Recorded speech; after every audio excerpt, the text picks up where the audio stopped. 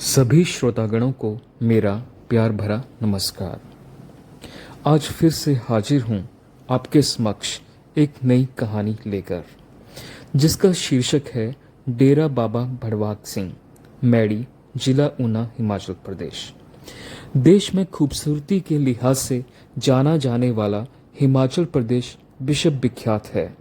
यहाँ पर स्थित विभिन्न प्रसिद्ध धार्मिक स्थल देश व विदेश में अपनी अलग अलग पहचान बना हुए हैं।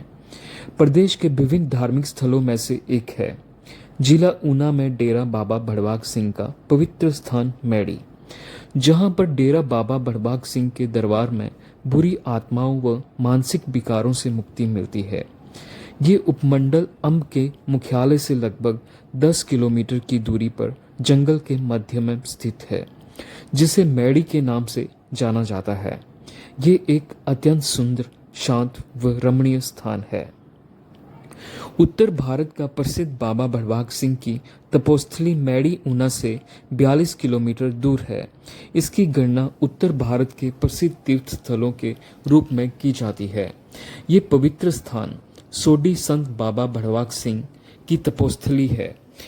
300 वर्ष पूर्व बाबा राम सिंह के सुपुत्र संत बाबा भड़वाक सिंह करतारपुर पंजाब से आकर यहाँ बसे थे। कहा जाता है कि अहमद शाह अब्दाली के 13वें हमले से दुखी होकर बाबा जी को मजबूरन करतारपुर छोड़कर पहाड़ों की ओर आना पड़ा था। जब बाबा जी दर्शनी खड्ड के पास पहुंचे तो उन्होंने देखा कि अब्दाली की अफगान फौजें उनका पीछा करते हुए उनके काफी नजदीक आ गई हैं। इस पर बाबा जी ने आध्यात्मिक शक्ति से खड्ड में जबरदस्त बाढ़ ला दी और अफगान फौज के अधिकतर सिपाही इसमें बह गए और कुछ जो बचे वे हार मानकर वापस लौट गए। उसके बाद बाबा जी एक स्थान पर तपस्या में लीन हो गए। कहा जाता है कि उस समय इस स्थान पर कोई बस्ती नहीं थी। एक प्रेत आत्मा का पूरे क्षेत्र में आतंक था। कोई भी इस क्षेत्र में प्रवेश करता उसे प्रेत आत्मा अपने कब्जे में कर लेती थी और उस व्यक्ति को तरह तरह की यातनाएं दी जाती थी। इस प्रेत आत्मा ने इलाके में कई लोगों को पागल, बीमार कर अपने वश में कर लिया था। जब बाबा जी तपस्या में लीन बैठे थे तो इस प्रेत आत्मा ने उन्हें भी अपने वश में करने के लिए यत्न करने शुरू कर दिए, लेकिन उसे सफलता नहीं मिल पाई। प्रेत आत्मा द्वारा बार बार बाबा जी की तपस्या को भंग व अवरुद्ध करने के परिणाम स्वरूप बाबा जी व प्रेत आत्मा में जोरदार लड़ाई शुरू हो गई। इस भयंकर लड़ाई में बाबा जी ने प्रेत आत्मा को चित कर दिया। इस आत्मा को पिंजरे में कैद कर दिया। बाबा जी ने प्रेत आत्मा को वश में कर उससे दीन दुखियों की मदद करने को कहा। किंवदंती के अनुसार बाबा जी ने इसे प्रेत आत्माओं से ग्रस्त लोगों का इलाज करने का आदेश दिया और वे स्वयं फिर से तपस्या में लीन हो गए। ये भी कहा जाता है कि बाबा जी अपने शरीर को धरती पर छोड़कर आत्मा को स्वर्ग लोक में विचरने के लिए भेज देते थे। कुछ समय बाद आत्मा शरीर में पुनः प्रवेश कर जाती थी। प्रसिद्ध है कि एक बार बाबा जी की आत्मा शरीर छोड़कर स्वर्ग लोक में गई हुई थी तो काफी दिनों तक वापस नहीं आई। इस पर उनके परिवारजनों ने उन्हें मृत समझकर उनका अंतिम संस्कार कर दिया। हालांकि समाधि में बैठने से पूर्व बाबा जी परिवार वालों से कह गए थे कि उनके शरीर को बिल्कुल न छुआ जाए। काफी दिनों के बाद बाबा जी की आत्मा शरीर में प्रवेश करने आई तो शरीर न पाकर उसे काफी निराशा हुई। वह इधर उधर घूमकर जब वापस जाने लगी तब बाबा जी के परिवारजनों को अपनी भूल का एहसास हुआ और वह अपने किए पर पछताने लगे। बाबा जी को अपनी धर्म पत्नी के दुख वियोग व विलाप सुनकर बहुत दया आई।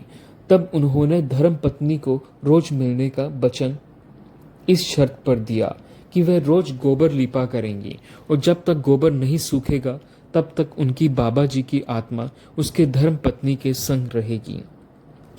लंबे समय तक ये सिलसिला जारी रहा, लेकिन जब गर्मियों का मौसम आया तो गोबर जल्दी सूखने लगा। इस वजह से बाबा जी की आत्मा जल्दी जाने वापस लगी।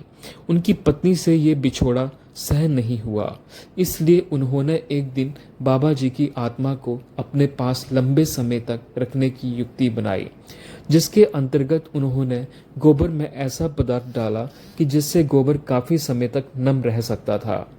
इस पदार्थ को स्थानीय भाषा में लेस कहते हैं।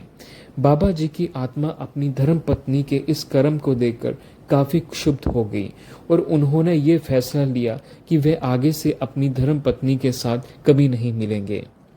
इस फैसले का पत्नी ने विरोध करते हुए बाबा जी से अपनी गलती स्वीकार करते हुए क्षमा याचना की और बाबा जी से ये फैसला बदलने की फरियाद की। उसकी फरियाद व विलाप को देखकर बाबा जी का हृदय द्रवित हो गया और उन्होंने अपनी धर्म पत्नी को वचन दिया पूरा समय यहाँ आकर उनके संग रहा करेंगे। वह उसी दिन भूत प्रेत आत्माओं से ग्रस्त लोगों को स्वयं भूत प्रेतों से मुक्ति दिलाया करेंगे। तभी से इस धारणा को मानकर लाखों लोग यहाँ आते हैं और अपने दुखों का निवारण करवाते हैं।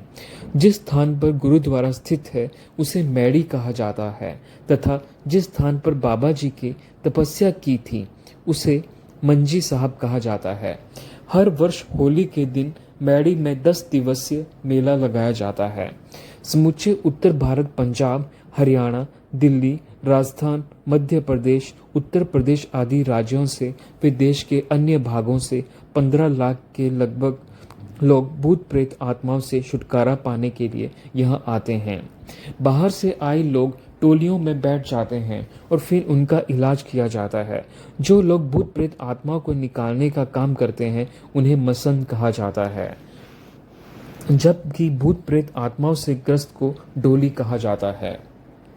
ये मसंद टोलियों में बैठे रोगियों की दुष्ट आत्माओं को निकालते हैं। बाद में व्यक्ति को पवित्र चरण गंगा में स्नान करवाते हैं। ऐसा विश्वास है कि मैड़ी स्थल पर शरीर से भूत प्रेत आत्माएं निकल जाने के बाद कभी भी शरीर में दोबारा प्रवेश नहीं करती हैं।